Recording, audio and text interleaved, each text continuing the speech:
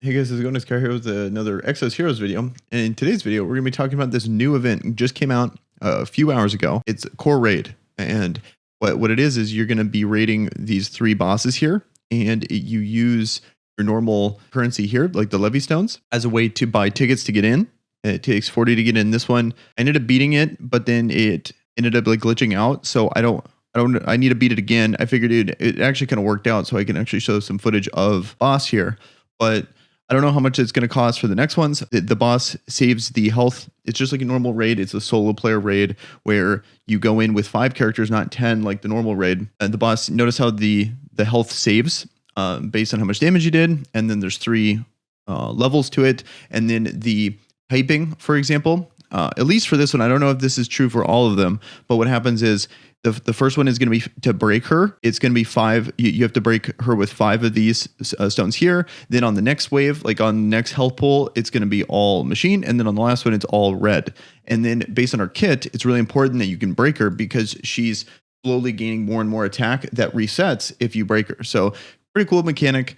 Wasn't too tough to beat, but I do have pretty good characters. So I don't know how... You definitely want to be like, all level 75s, something like that. Someone was saying on Reddit that this unlocks after chapter 7.13. So if you're still in the campaign and you don't see this yet, I believe that's when it will be unlocked for you. The team I ended up going with here for this was actually this right here. Let me do this. And I ended up beating it, but then it glitched. It had like some kind of SQL error, but this is the team I went with. Fake Core Loom's really nice for this because she has the force break. Also, she's machine, so especially on the second part, she actually procs 4 of the 5 stones, and then FC Xeon's fire, so she procs 3 for those. It really ends up working out. And if you don't break her, she ends up, she can smoke you even through like Zion's shield, whatever. It doesn't matter. You're just gonna die. So very important that you break her. That's my advice for that. But really cool. And then the shop here is actually pretty interesting as well. So as you go through, there's resetting. So these are guaranteed. These always stay. These reset every few hours. And then what happens is, let's just read what they say, is the Core Raid shop, the Core Raid coupons earned from the Core Raid dungeon can be used to purchase various items. There are 5 fixed items and 4 raid items, and step-up rewards can be earned all at once. The raid items have been purchased. The shop will be unavailable once the season ends. Unused raid coupons will be converted to gold. So I think it's really important that you do these, get it all done so you can get the good rewards. Like there's faded gear here. That's awesome. There's another, fake war character in Desert Treasure. Like this, I forget his name, but he's one of the Gale here. It's like a fake war Gale character. I haven't checked out his kit. I'll have to check him out and see if he's any good. But this is kind of like a first look. Pretty good rewards here. There's also, I am a little disappointed by this, that they're only giving 1 Holy Water of the Universe. These are really hard to come by. I wish they would just give 2, like throw us a bone here, but it's unfortunate. How you get these coupons here for the raid shop is through beating the bosses. And then how it works is if you just fight her, it's 60. Here, let me see if I can find where I saw that. Yeah, it's right here. So here, let me see if I'm in the way. I am not. Okay. So how it works is when you fight her, and it doesn't matter how much damage you do, you get 60. When you beat her, you get 60. And then first clear is 250. So I believe this probably resets daily. It doesn't really say the things that are kind of frustrating. It doesn't show how many attempts, because they say you could get limited attempts. It doesn't show how many attempts you get per day, and it doesn't show when the reset happens. So there's the full reset after the 2 weeks, but it doesn't give me that information, which is kind of a bummer. But overall, I think this is really cool. It's really nice to have like brand new content in the game. I know the game's really new. I still feel like there's still a lot of stuff to do, even though I've been, playing quite a bit since the game launched. So just to have more new stuff is really cool. I'm definitely a fan of that. Here's the boss. It takes 40 Levi stones to get in for an attempt. And I was able, the first one I had an accidental team, only got halfway through and then died. And you really see how fast the damage ramps up if you don't actually break her. And then next time I did this, and I ended up just killing her. So it's not terribly difficult. And then also a cool thing too about the raid is that it's not autoable, like, or it's not forced autoed like how the dragon raid is. And then you got 5 characters.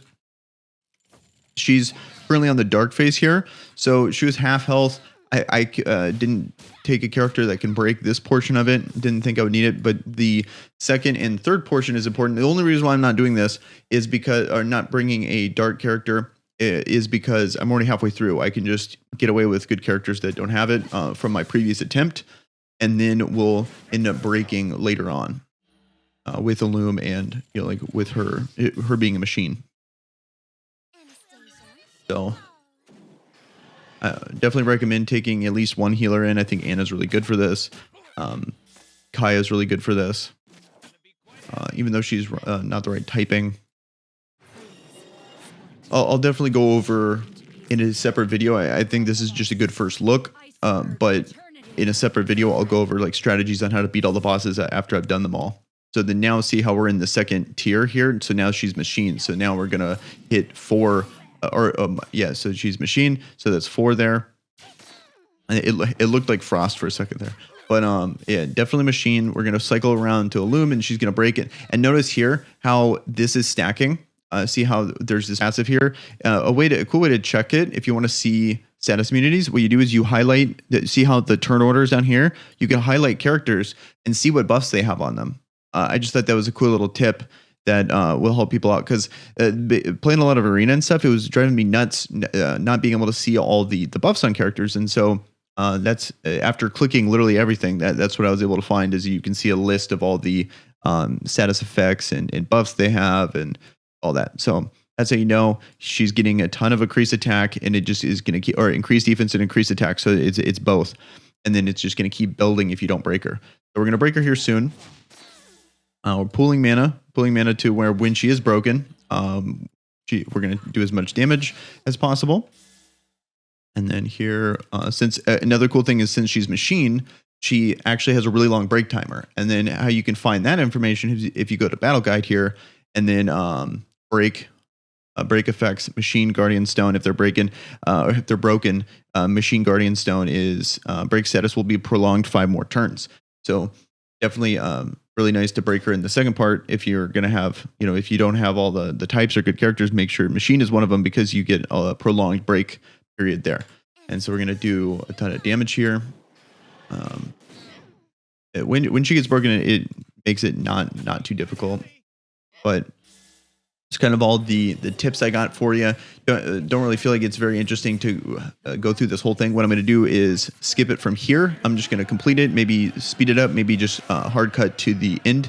But I want to see if I actually complete it because last time I completed it, it just glitched out on me. So hopefully it doesn't glitch, so I can see how much we win from the second tier character in the raid. So I'll be right back. Okay, so now get a little bit more story here. I don't really care about. We're going to skip. Okay, so it actually worked this time. Yeah, so we got all the rewards that we were talking about. We got the first time completion. We got the clear just period, which is the 60. And then another attempt there. So that's why we were able to get that many rewards. And so now we got to go against Brooke here. So this is Fitcore Brooke. Let's check it here. It's the same break pattern. Maybe this changes like based on the day. I'm not too sure if that's actually going to be something that changes, or maybe it's just based on whatever boss.